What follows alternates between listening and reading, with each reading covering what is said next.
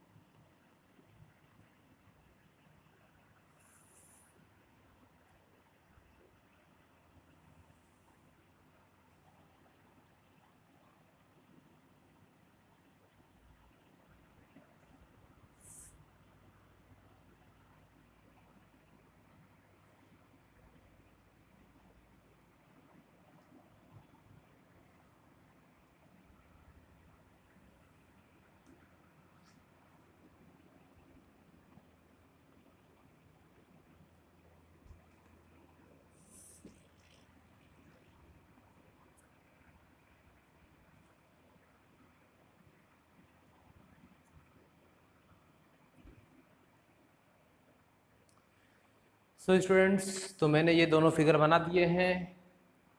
ये एक उत्तल दर्पण एक उत्तल लेंस के लिए है और एक अवतल लेंस के लिए है। यानी कि पहले नियम में हम लोग दोनों लेंसों के लिए पढ़ेंगे।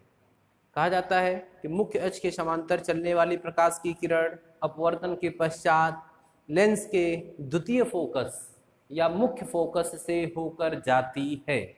ऐसा ये उत्तल लेंस में होता है। अवतल लेंस में क्या होता है? लेंस के मुख्य अक्ष के समांतर चलने वाली प्रकाश की किरण अपवर्तन के पश्चात लेंस के द्वितीय फोकस या मुख्य फोकस से आती हुई प्रतीत होती है। अगर आपको एक ही में लिखना होगा तो क्या लिखेंगे? लेंस के मुख्य अक्ष के समांतर चलने वाली प्रकाश की किरण अपवर्तन के पश्चात मुख्य फोकस से होकर जाती है उत्तल लेंस में, या मुख्य फोकस से आती हुई प्रतीत होती है अवतल लेंस में। तो ये पहला नियम होता है और ये नियम प्रतिबिंब बनाने के लिए प्रयोग किया जाता है। कहाँ पर? लेंस में। दूसरा नियम हम लोग पढ़ते हैं। फिगर आप ड्रा कर सकते हैं।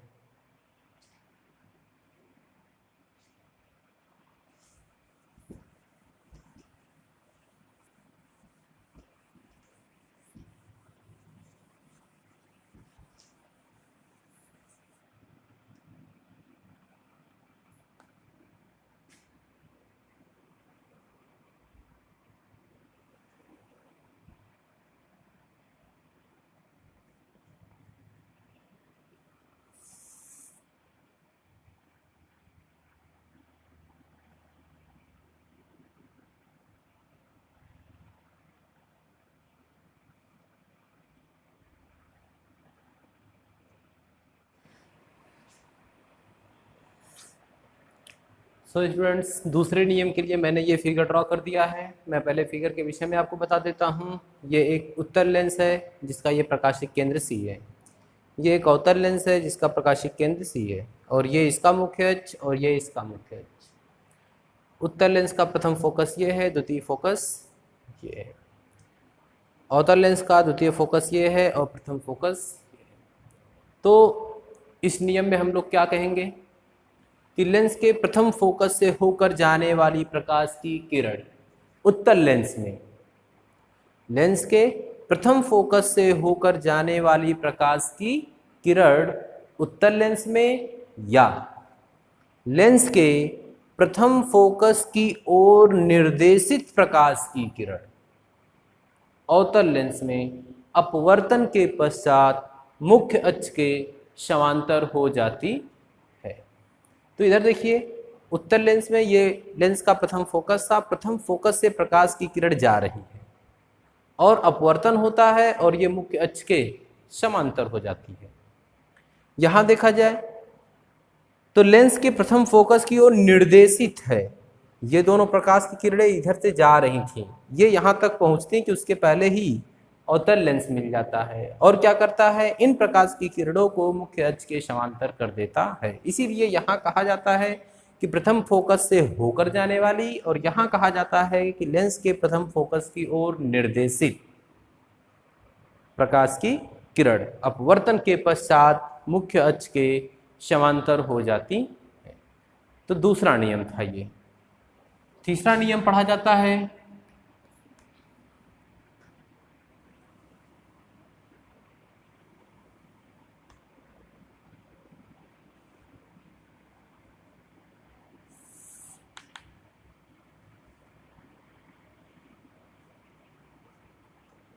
ये हो गया उत्तल लेंस, मुख्य अक्ष और इसके प्रथम फोकस और द्वितीय फोकस।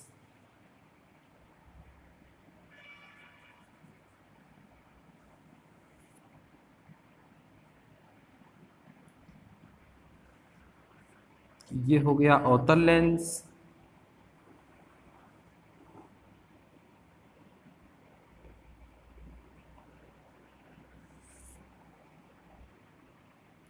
ये अवतल लेंस का द्वितीय फोकस और ये प्रथम फोकस, और ये उत्तल लेंस का प्रकाशिक केंद्र और ये अवतल लेंस का प्रकाशिक केंद्र, दोनों का मुख्य अक्ष है ही।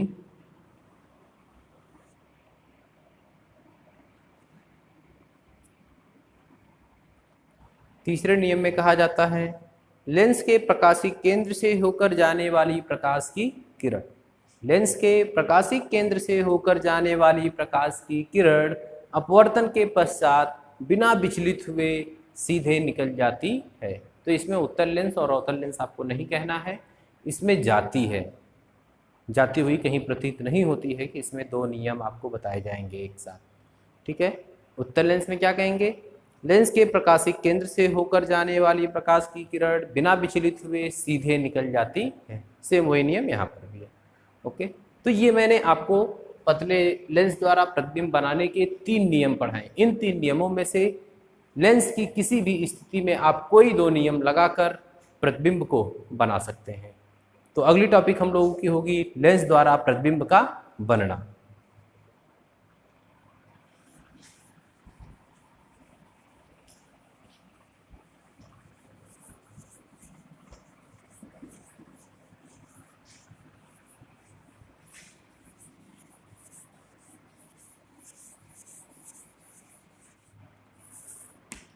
लेंस द्वारा प्रतिबिंब का बनना।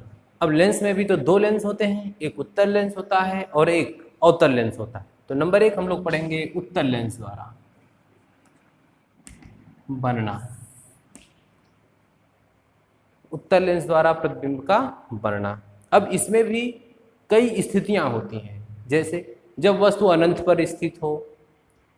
सो एक प्रकार से हम जाने, जैसे ही अवतल दर्पण और उत्तल दर्पण में भिन्न भिन्न स्थितियों को पढ़े थे, वैसे ही लेंस में भी हमें भिन्न भिन्न स्थितियों को पढ़ना है। सो तो पहली स्थिति लिखते हैं, जब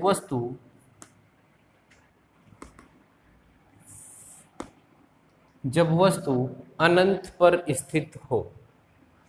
तो इसके लिए भी हम लोग एक फिगर ड्रा करेंगे, फिगर के माध्यम से ही समझेंगे कि जब वस्तु अनंत पर स्थित होती है तो उसका प्रतिबिंब बनता कहाँ है।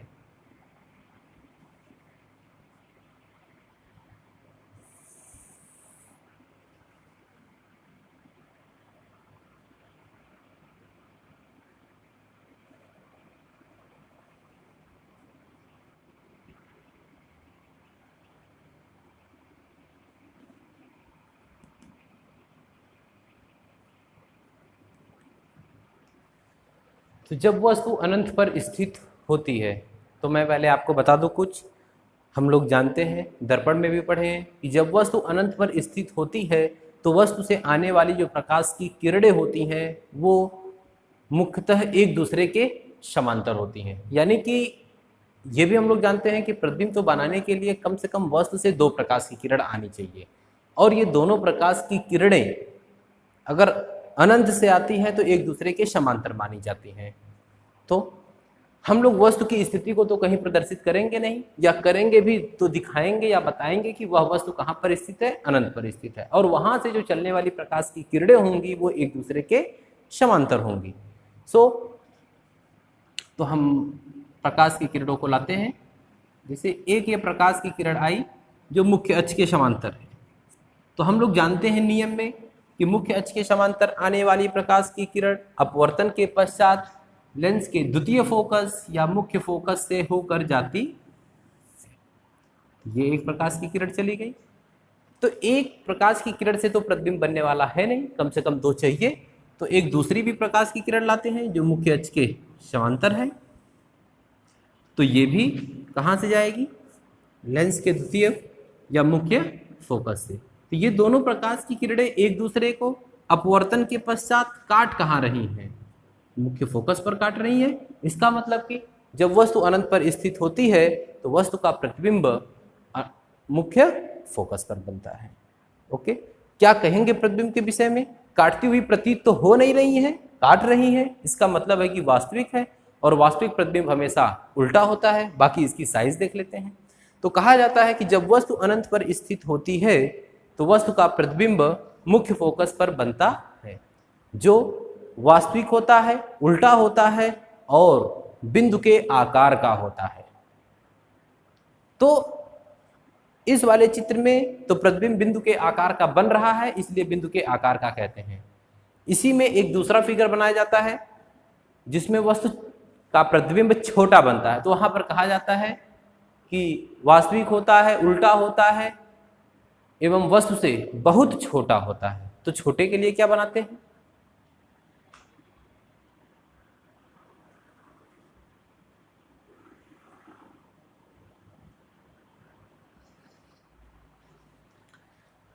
अब इसमें देखा जाए तो इसमें भी जो ये दोनों प्रकाश की किरणें आ रही हैं ये भी एक दूसरे के समांतर ही हैं। तो एक प्रकाश की किरण इसमें प्रकाशिक केंद्र से होकर के जाती है, वो तो बिना विचलित हुए सीधे चली जाएगी। और इसमें जो दूसरी प्रकाश की किरण है ये लेंस के प्रथम फोकस से होकर जाती है, अपवर्तन के पश्चात मुख्य अक्ष के समांतर हो जाती है। तो दोनों अपवर्तित किरणें जो हैं वो एक दूसरे को कहाँ काट रही हैं? द्वितीय फोकस तल पर काट रही हैं। अर्थात यहां पर भी आप कह सकते हैं कि जब वस्तु अनंत पर स्थित होती है तो वस्तु का प्रतिबिंब मुख्य फोकस पर बनता है, जो वास्तविक होता है, उल्टा होता है और वस्तु से छोटा होता है। तो यहां के लिए बिंदु के आकार का होता है और यहां के लिए वस्तु से छोटा होता है। ओके, कोई दिक्कत? कोई दिक्कत नहीं होनी। अब दूसरी स्थिति हम लोग पढ़ेंगे, जब वस्तु अनंत और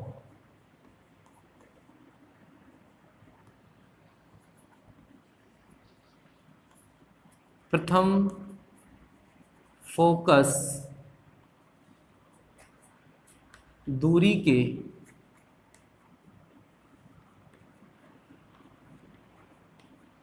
दोगुने, दोगुने ब्रैकेट में क्या लिख देंगे, 2f1, 2f1 के बीच स्थित हो।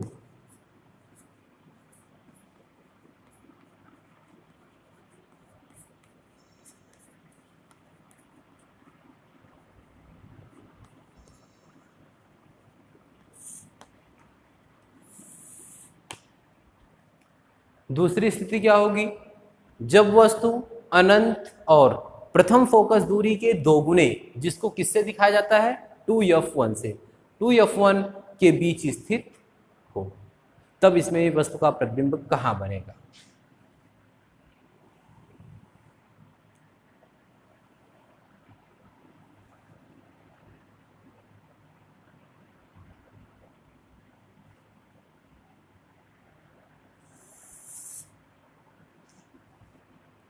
ये हो गया इसका प्रकाशिक केंद्र C, और ये प्रथम फोकस f1, ये प्रथम फोकस दूरी का दोगुना 2f1। इधर आप बढ़ेंगे तो अनंत की तरफ जाएंगे, अर्थात हमें 2f1 और अनंत के बीच वस्तु को दिखाना है। इधर देखें तो ये होगा f2 यानी कि मुख्य फोकस या द्वितीय फोकस, और ये होगा 2f2 मुख्य फोकस दूरी का दोगुना। चलिए सर नियम लगाते हैं। कौन सा नियम लगेगा इसमें, पहला नियम लगाते हैं, मुख्य अक्ष के समांतर चलने वाली प्रकाश की किरण। तो ये पहली प्रकाश की किरण जा रही है जो मुख्य अक्ष के समांतर है। तो नियम में हम लोग जानते हैं कि ये मुख्य फोकस या द्वितीय फोकस,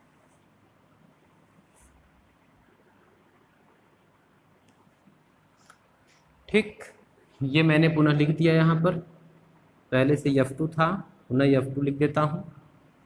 ये प्रकाश की किरण जा रही है, ये प्रकाशिक केंद्र से होकर जा रही है, ये दोनों प्रकाश की किरणें यहाँ पर काट रही हैं और यहीं पर ये वस्तु का प्रतिबिंब बन रहा है।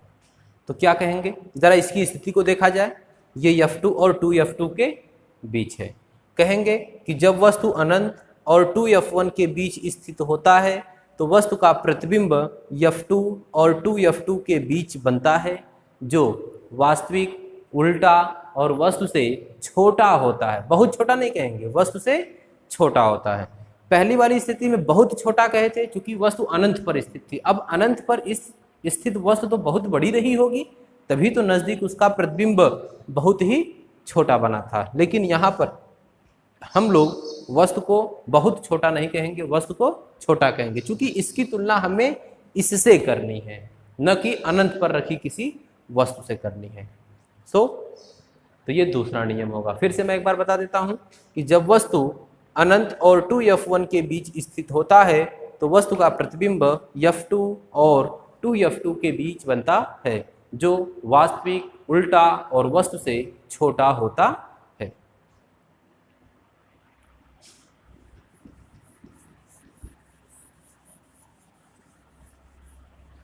तीसरी कंडीशन हम लोग पढ़ेंगे, जब वस्तु 2f1 पर स्थित हो।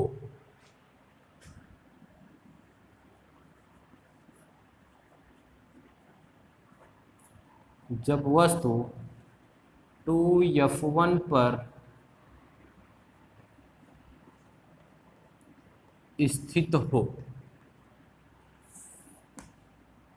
नंबर 2 में मैंने बता दिया है कि 2f1 क्या होता है, प्रथम फोकस दूरी का दोगुना। यानी कि आप ये भी कह सकते हैं कि जब वस्तु प्रथम फोकस दूरी के दोगुने पर स्थित हो। तो इसके लिए भी हम लोग एक फिगर ड्रा करते हैं।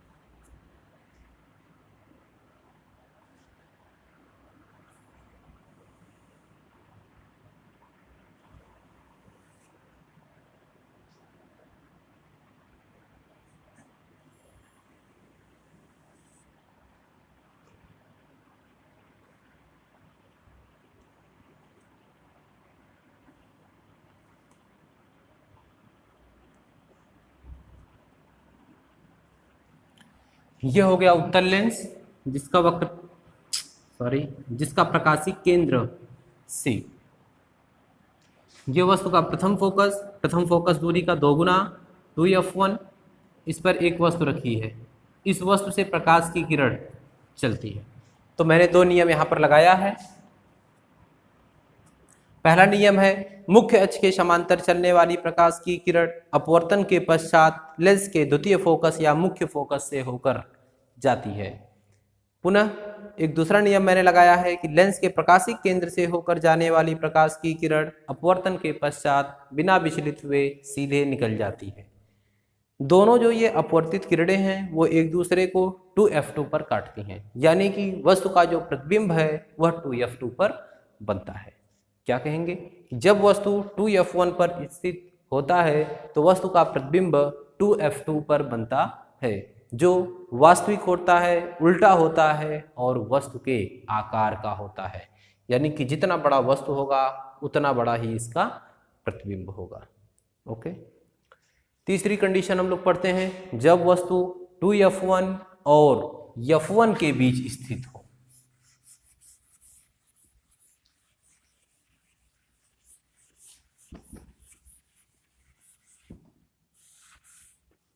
जब वस्तु 2f1 और f1 के बीच स्थित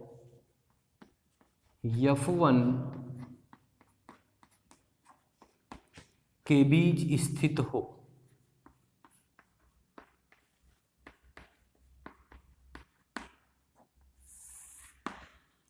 जब वस्तु 2f1 और f1 के बीच स्थित हो,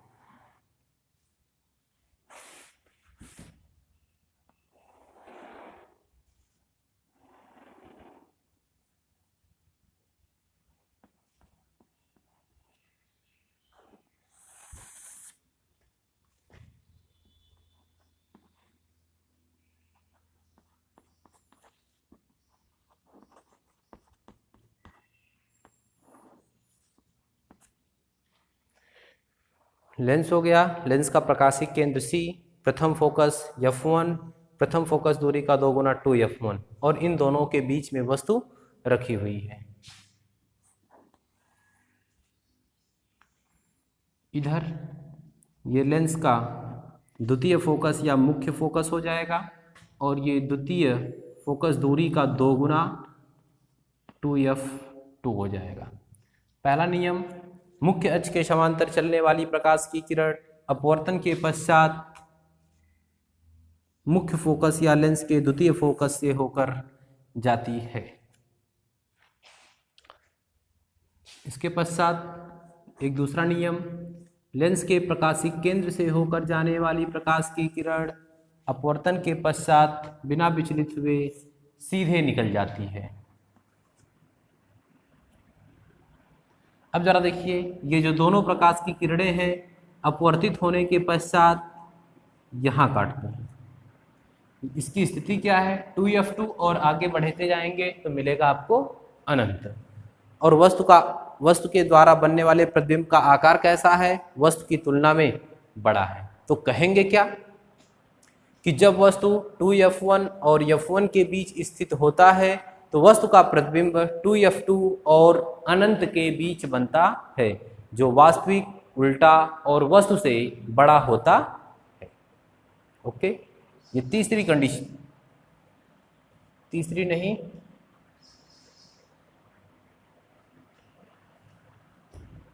इनफाइनाइट 2f1 ये सर आप लोगों की चौथी कंडीशन थी। अभी जो हम लोगों ने पढ़ा है ये चौथी कंडीशन थी कि जब वस्तु 2f1 और f1 के बीच स्थित हो। तो मैंने प्रतिबिंब के विषय में आपको बता दिया। अब हम लोगों की अगली टॉपिक होगी या अगली स्थिति होगी जब वस्तु f1 पर स्थित हो।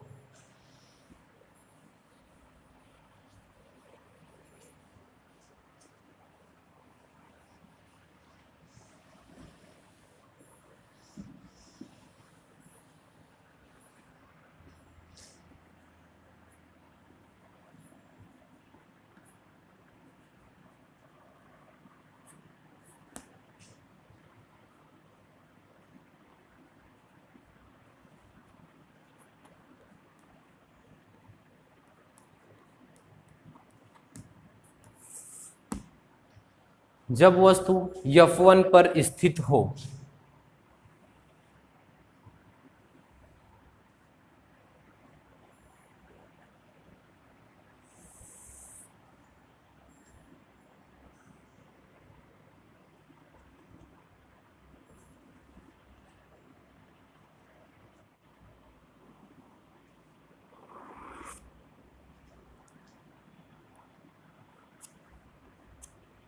लेंस के प्रकाशिक केंद्र से होकर जाने वाली प्रकाश की किरण अपवर्तन के पश्चात बिना विचलित हुए सीधे निकल जाती है।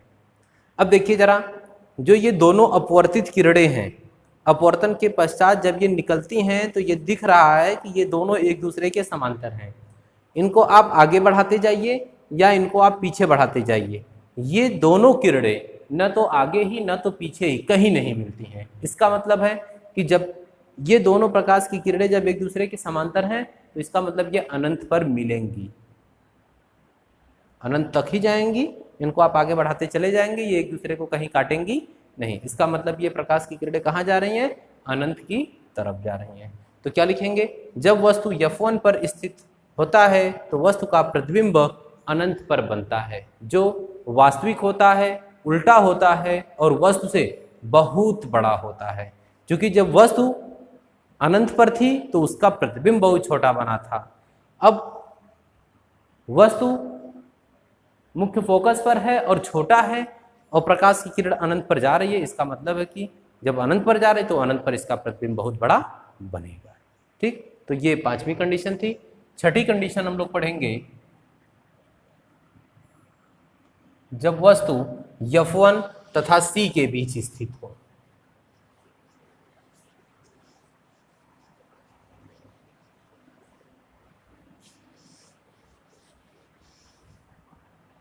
जब वस्तु F1 तथा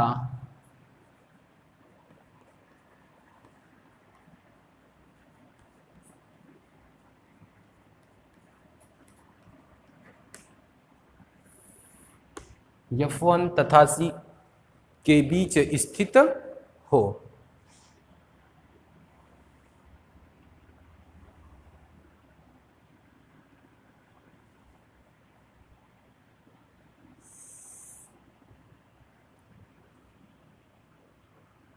ये हो गया इसका प्रकाशिक केंद्र C और ये F1 और ये 2F1। इधर देखेंगे तो ये F2 और ये 2F2। वस्तु को F1 तथा C के बीच रखना है। चलिए इसमें भी नियम लगाते हैं। मुख्य अक्ष के समांतर प्रकाश की किरण अपवर्तन के पश्चात लेंस के द्वितीय फोकस या मुख्य फोकस से होकर जाती है। पहला हो गया। दूसरा नियम इसमें लगा देते हैं, लेंस के प्रकाशिक केंद्र से होकर जाने वाली प्रकाश की किरण अपवर्तन के पश्चात बिना विचलित हुए सीधे निकल जाती है। तो इधर तो दोनों प्रकाश की किरणें एक दूसरे से दूर होती जा रही हैं। इसका मतलब है कि इधर तो ये एक दूसरे को कहीं नहीं काटेंगी, लेकिन अगर मैं इसको पीछे की तरफ बढ़ाऊं,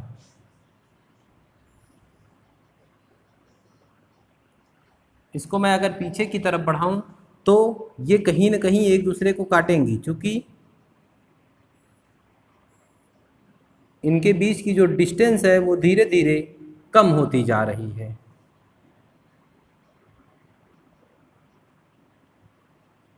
ये देखिए, ये दोनों प्रकाश की किरणें यहाँ पर काट रही हैं, अर्थात यहीं पर वस्तु का प्रतिबिंब बनता है। प्रतिबिंब कैसा बनेगा? क्योंकि जो किरणें हैं वो तो काट रही नहीं है, काटती हुई प्रतीत हो रही है। तो जब काटती हुई प्रतीत होती है तो उसको आभासी प्रतिबिंब कहा जाता है। ठीक है, क्या लिखेंगे? जब वस्तु F1 तथा C के बीच स्थित होती है तो वस्तु का प्रतिबिंब वस्तु के ओर ही बनता है, जो आभासी होता है, सीधा होता है और वस्तु से बड़ा होता है। आभासी होता है, सीधा होता है और वस्तु से बड़ा होता है। तो ये मैंने आज आपको उत्तल लेंस द्वारा प्रतिबिंब का बनना पढ़ाया।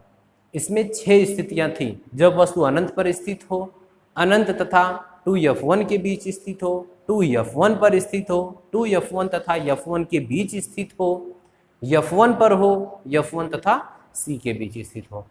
कैसे कैसे हम लोग लेंस की तरफ बढ़ते जाते हैं तो बनने वाला जो प्रतिबिंब होता है वो लेंस से दूर होता चला जाता है। ठीक है, तो ये सारी स्थितियां थीं उत्तल लेंस द्वारा प्रतिबिंब के बनने के लिए। ठीक है, आज की क्लास में आज इतना ही, बाकी सारी चीज़ें हम लोग कल पढ़ेंगे। Thank you.